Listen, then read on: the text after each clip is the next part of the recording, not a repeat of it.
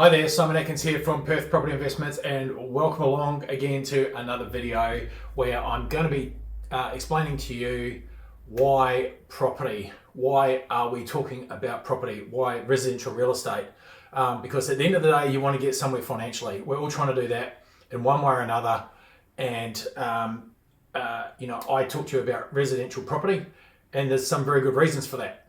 So the first thing that we have to understand before we go down that track is to understand what we're trying to achieve here, because we're in a job trying to work to earn money to get somewhere financially more secure down the track so we can stop work. If you're not going to do that, then you're either going to work forever or you're going to end up on the street, maybe. I mean, I hope that doesn't happen, but let's face it, at the end of the day, if you stop your work and you don't have anything behind you, then you can make up your own decision how that might end up. The point is, we don't want to dwell on the negative side of it. We want to look at how to get out of it. Because when I talk to people, I'm trying to say, even if you're not doing it, if you can see a pathway and you can see an opportunity for you, how you can get to where you want to go, then being able to see that pathway there alleviates a lot of stress or a lot of negativity that you've got around it. So don't kick the can down the road, because the further and the longer that you do that, the more the problem is exacerbated. So first of all, we just want to check out on the whiteboard here what the situation is now for most people. Okay, it might not be your exact situation, but you should be able to relate to it. So first thing is, we have a job, okay, a job. Where, like I've said to you in some of my emails, we're talking time for money. Okay, so it's labor intensive. It takes a lot of our time, a lot of our energy, and doesn't really allow us to do a lot of anything else. Let's say, for example, you're making $100,000, and I use $100,000 because I know that the taxes are around about 25, so it's pretty easy. So you're creating a little pie here of money that you're trying to get somewhere with, okay? And it's all reliant on you, okay? You're it. You're the money earner. We're going to have off this, if you're making 100,000 gross income, we're going to be taking off about 25% of that, and you're going to be left with about 75,000. So the first kind of rotting that we get with our income is income tax. And you might say, well, we need to pay income tax, and that's granted that we do, so that we have all the things around us that we need and the conveniences, etc. But you don't need to pay more than what you legally have to pay. Okay, so it's just about minimizing your taxes, not avoiding taxes, minimizing your taxes. Okay, so we want it. We don't want to pay any more tax than we have to, or income tax. So about this much of our income is going to get taken away before we see anything, okay? And then we're going to just be left with this amount to be able to do something with. And then with that, we have to pay the mortgage or the rent. We have to pay rates. We have to pay utilities like gas, etc., electricity. We have to pay insurances, food, etc., etc., okay? I mean, we're all pretty aware of that. But putting it out like this, it just makes it a little bit clearer for you to see, okay? So we're reliant completely on you to earn this. We then get deducted income tax, and then what's left with it, we're trying to basically survive, okay? You've got a place of shelter, which you're either paying a mortgage on, you're paying rent on, and you're paying a lot of these other costs as well to try and get by day to day. After all of that, put a line under that, after all of that, you've got to try and create some kind of wealth so you can stop working at some point, okay? That's incredibly difficult to do. And if you're over 40, which is the people I mainly talk to, if you're over 40 and you've found yourself in this position, you'll know, you don't need me to tell you it's difficult. It's difficult to actually make that process work. Now, what they've done as a process for us, that's been decided for us, is that we put money into super. At the moment, it's about 9.5% of your gross income into super, so that you have a nest egg that grows over a period of time. Now, the issue with this is, I'd say most people aren't necessarily happy, or a lot of people aren't happy with their super because it hasn't performed as well as they would like. Maybe you can look at your parents to see where they are. Some of them might have had good super. There are some good super super products out there. A lot of them don't work that well. A lot of people don't put nearly enough into super anyway, even if it was working that well. And we find that quite often this comes up woefully short. And if you're in that position, then what we've got to do, and you're over 40, we have to take control of the situation ourselves, okay? So, if you just bear with me here. So, we're spending all our money, all our time and effort creating this, we then get deducted income tax. What's left? We try and pay for this. Then we've got to try and create some kind of wealth. And super, for a lot of people, or for at least some people, is not cutting it, okay? So what's left? Ultimately, if we could dream something up in our head and say, well, what would I like to happen? You'd say, I'd like something that doesn't take any of my time, none of my money, none of my effort, that generates something over a period of time while I'm carrying on with my life, while I'm doing this process, that's actually working in the background, that works for me and creates something for me, so that when I get to 55, 60, 65, whatever it is, whenever you get there, you can actually stop working and you have the money to be able to live your last 20 or 30 years of your life, or however long it is, in some kind of style and comfort, without having to work until you die. Okay? So, I know that doesn't sound great, but I mean, it's the reality. We have to face it.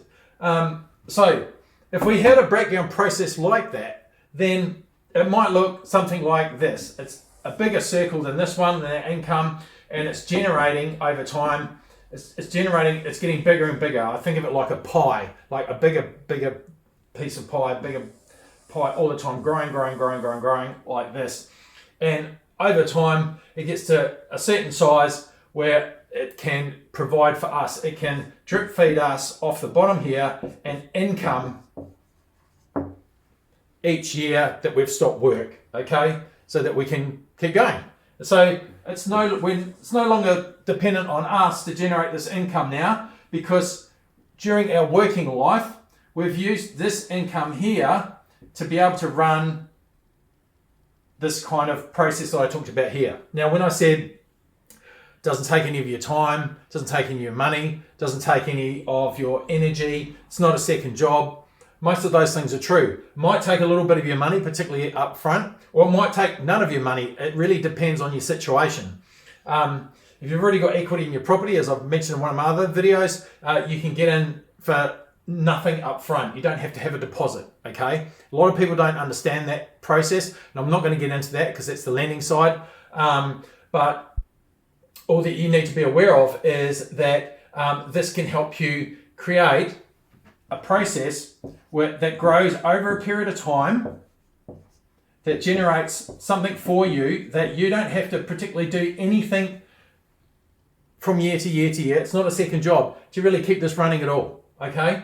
It's multiple residential properties that you build over time. Now, don't get freaked out by the fact that I'm mentioning multiple properties here, because most people think you buy one property, maybe some people buy one investment property, and that's it. And that might be it. That might be as far as you want to take it. But all I'm saying is it's possible to do this, and it's not as scary as you might think when it's kind of said like this. You just do one at a time, and they pay for themselves. So the point is here, if we buy one, that property can actually pay for itself, where it doesn't cost you potentially anything to get that property in the first place. It doesn't cost you anything to run that property, because A, you're getting tax benefits. So the tax that's getting taken away here is starting to be redirected back into that, and you're getting growth out of it, okay? So once we do one and we get that set up and we can see how that looks after itself, we go, okay, that makes sense. All we're then doing is replicating that multiple times. And you can take that as far as you want. I mean, I'm not saying you have to have 6 properties or you have to have any amount of properties. It's just taking it as far as you want to take it, okay? So why then is residential property the thing, and why does it work so well? Well, because it's a basic human need, okay? Shelter is a basic human need. People need to live somewhere, whether it's renting or buying somewhere, okay?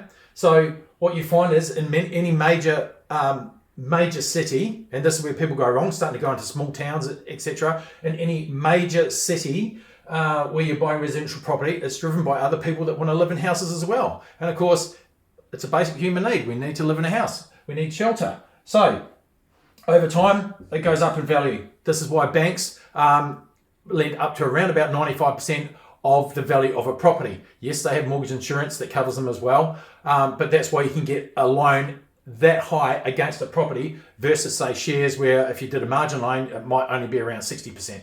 Okay, so they're kind of telling you that they're quite happy with that security, and they believe it's going to go up in value over time, and the money that they've invested into it is safe. Okay, so it's a basic human need is the first thing. The other thing is it goes up over time, which is, like I said here, we want it growing and growing and growing.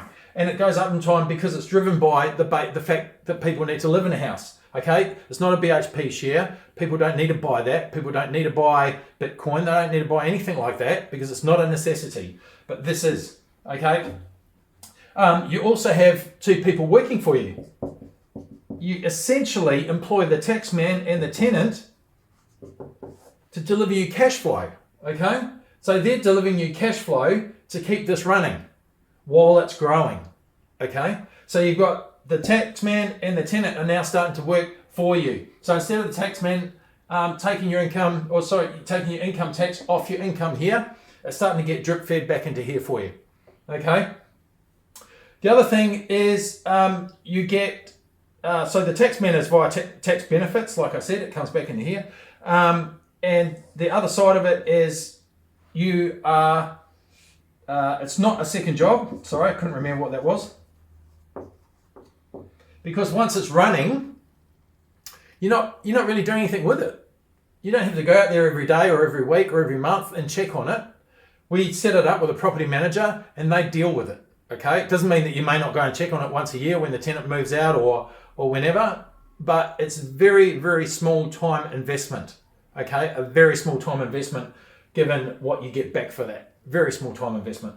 And a lot of people buy properties and tend to just forget about it and let the property manager just keep rolling it over with a tenancy with another person or with the same person, you know.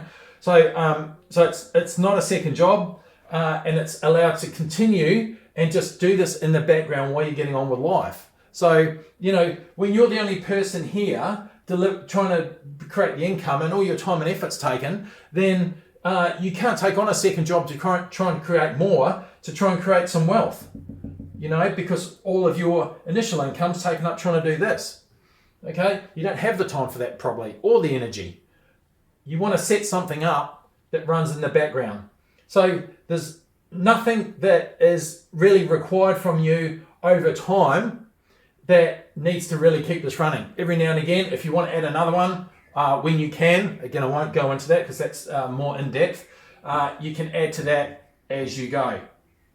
Okay, so this is the kind of process that we want, that works for us without extracting time, energy, and effort, okay?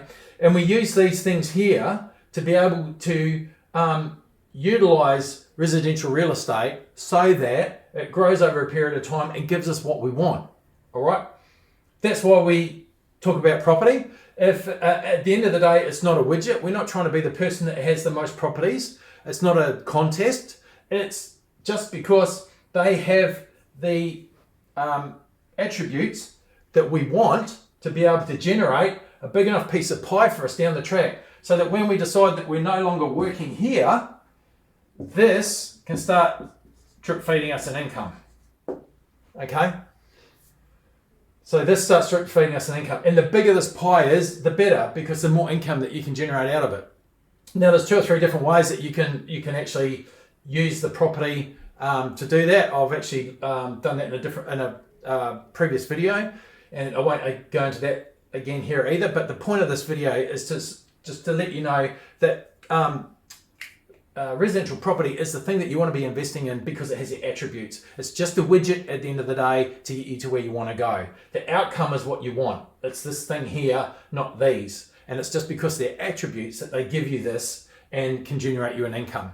So like I said to you, don't kick the can down the road. You need time to be able to make this work and for it to be able to compound, which is the magic really behind this entire formula. And if you do that, you'll get to a place where you'll be pretty happy about you got it going, you got it started, and you started something working for you. The longer you leave it, the more problematic it's going to become down the track, because you're going to have less and less time to do anything. Okay, so I hope that makes sense as to why you should get into residential real estate as an investment, so that you can actually start generating this pie, this large pie that's going to create an income for you when you stop working. All right.